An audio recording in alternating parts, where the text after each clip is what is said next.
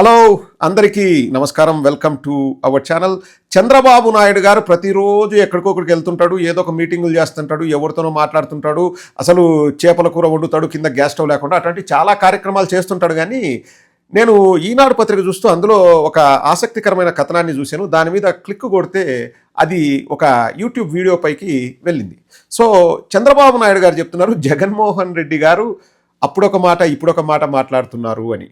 అదేంటంటే మొన్న మ్యావీ గన్ అని చంద్రబాబు బాబు పలుకుతాడు. మ్యావీ గన్ అన్నాడు, నిన్న అమరావతి రాజధాని అన్నాడు, రేపు ఏమంటాడు నేను విశ్వసనీయత విలువలతో కూడిన రాజకీయం చేస్తానని చంద్రబాబు నాయుడు అన్నారు. అప్పుడు నేను పక్క నవ్వాను. ఇప్పుడు నవ్వుతే బాగుండదు కాబట్టి చంద్రబాబు గారు హర్ట్ అవుతారు కాబట్టి నేను నవ్వట్లేదు. చంద్రబాబు గారు ఎవరు విలువలతో రాజకీయాలు చేశారు, ఎవరు విశ్వసనీయతని పొందగలిగారు ఒక్కసారి మీరు గతం చూస్తే తెలుస్తుంది. చంద్రబాబు గారు మేము ఆ రోజు ఒక మాట ఈ రోజు ఒక మాట మాట్లాడే రకం కానే కాదు. చంద్రబాబు గారు జగన్మోహన్ రెడ్డి గారు 3 రాజధానుల ప్రతిపాదన తెచ్చింది కూడా రాష్ట్ర ఆర్థిక స్థితిగతుల్ని దృష్టిలో పెట్టుకొని, గుర్తుపెట్టుకోండి చంద్రబాబు గారు, రాష్ట్ర ఆర్థిక స్థితిగతులను దృష్టిలో పెట్టుకొని జగన్మోహన్ రెడ్డి గారు 3 రాజధానుల ప్రతిపాదనను తెచ్చారు. ఇప్పుడు మన దగ్గర డబ్బులు లేవు, అన్ని వనరులు లేవు, అప్పు చేసి పప్పు కుడి తినాల్సిన అవసరం లేదు, ఏవో కావాల్సిన బిల్డింగ్ ఆల్రెడీ తాత్కాలిక సచివాలయమా అది అసెంబ్లీ, వర్షం వస్తే కారిపోయే అసెంబ్లీ ఉంది తాత్కాలికము. సరే దాన్నే ఇంకొక 10-15 ఏళ్ళు కంటిన్యూ చేసుకుందాం. మన ఆర్థిక వ్యవస్థ గాడిలో పడేంత వరకు మనకు వైజాగ్లో అన్ని వనరులు ఉన్నాయి. అక్కడ ఒక 5,000 కోట్ల 10,000 కోట్ల ఖర్చు పెడితే అక్కడ సుందరమైన రాజధాని వస్తుంది. అలాగే రాయలసీమ వాసుల కళ మన హైకోర్టుని కర్నూలులో పెడదామని చెప్పారు. అందులో ఎవరిని మోసం చేసింది లేదు, ఎవడి డబ్బులు లాక్కుంది లేదు, స్క్వేర్ ఫీట్కి ఇంతని చెప్పి కట్టుకొని జేబులో వేసుకుంది లేదు. సో తర్వాత ఎలక్షన్స్ అయిపోయాయి. మీరు రాజధాని దగ్గర ఏవో ప్రజల భూములు లాక్కొని అవి ఏదో కడతా అని 4-5 బిల్డింగులు కడుతున్నారు. అక్కడ వర్షం వస్తుంది, మళ్ళీ పిచ్చి మొక్కలు వస్తున్నాయి, మళ్ళీ దాన్ని తీయడానికి 500 కోట్లు 1000 కోట్లు ఖర్చు పెడుతున్నారు, ఆల్రెడీ డబ్బులు పెడుతున్నారు కదా. మీరు చెప్పేదాని ప్రకారం 2 లక్షల కోట్లు 3 లక్షల కోట్లు 4 లక్షల కోట్లు కావాలి. సో అది వయబుల్ కాదు. ఇప్పుడు మనం రాజధాని అనేది కొంతమందికే పరిమితం కాకూడదు, కాన్సార్ లాగా ఉండకూడదు. అమరావతి అందరికీ సంబంధించిన రాజధాని కావాలి. కాబట్టి మీరు 2 లక్షల కోట్లు ఖర్చు పెట్టే బదులు ఇప్పుడు ఏవో బిల్డింగ్లు కడుతున్నారు కదా, అక్కడే పెట్టండి. ఇంకా కట్టిన తర్వాత ఇంకా మళ్ళీ ఏం చేయలేం కదా, అవి అక్కడే పెట్టండి. పెట్టేసి వాటిని వాడుకుంటూ మిగతావన్నీ కూడా కట్టాల్సిన అవసరం లేదు. మనము సుందరీకరణకు 5 కోట్లు, అద్దాలకు 2,500 కోట్లు, ఇంకో దానికి 1,000 కోట్లు, ఆ దానికి 1,000 కోట్లు ఖర్చు పెట్టాల్సిన అవసరం లేదు.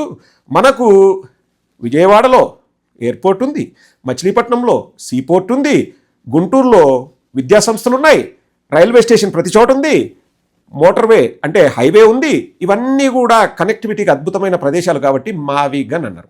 అంటే నిన్న విజయవాడే మన రాజధాని అని ఎందుకు చెప్పారంటే ఇప్పుడు సిపి కానీ ఇంకొకరు కానీ ప్రభుత్వానికి సంబంధించిన అందరూ కూడా విజయవాడ నుంచే ఆపరేషన్స్ చేస్తున్నారు కాబట్టి విజయవాడ అన్నారు. మావిగన్లో వి అంటే ఏంది, విజయవాడే కదా.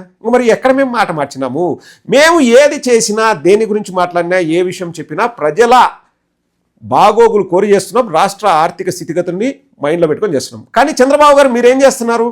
పేదవాళ్ళకి ఏదైనా ఇవ్వాలంటే మన దగ్గర డబ్బులు లేవు, ఫండ్స్ లేవు అని చెప్పే మీరు స్క్వేర్ ఫీట్కి 20,000 ఖర్చు పెట్టడానికి మీరు సిద్ధంగా ఉన్నారు. ఎందుకు? నిజంగా రాజధాని మెరిసిపోతూ దగదగలాడుతూ కనపడాలనే కానే కాదు. స్క్వేర్ ఫీట్కి 3,000 4,000 ఖర్చు పెట్టి మిగతా 16,000 జోబిలో వేసుకోవడానికి అని ప్రజలు అంటున్నారు.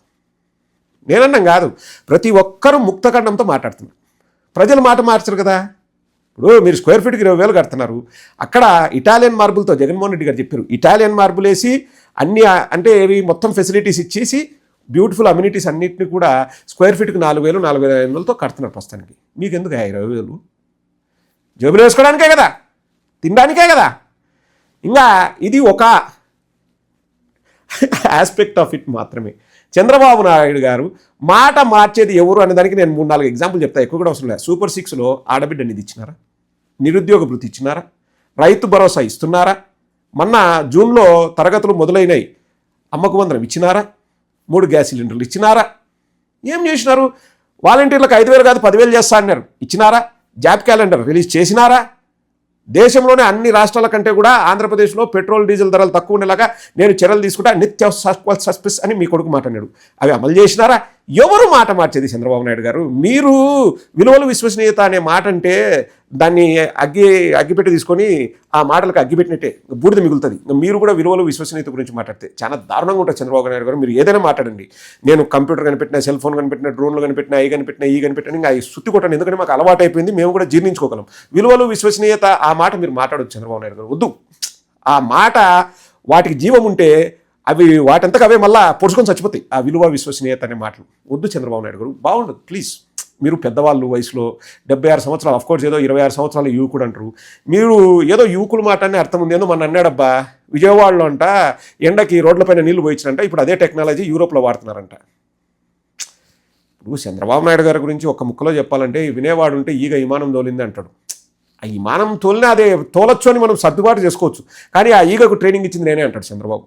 నేను ఏం చెప్పాలి చెప్పు? ఆయనది ఒక వింత ప్రపంచం, అదొక వింత లోకం. తొంగి చూడాలంటే కూడా భయం వేస్తుంది. మొన్న చెప్తున్నాడు, నాకంటే పెద్ద జంజీ లేరు, నేనే జంజీ అంటున్నాడు. మా సైడ్ జంజుగడ్డలు అంటారు. నాకు అవి గుర్తుకొచ్చినాయి, స్వీట్ పొటాటోస్. అబ్బా, అట్లా చంద్రబాబు గారు మీరు నవ్వించడానికి ఆ మాట అన్నారని నేను అనుకుంటున్నాను, భావిస్తున్నాను.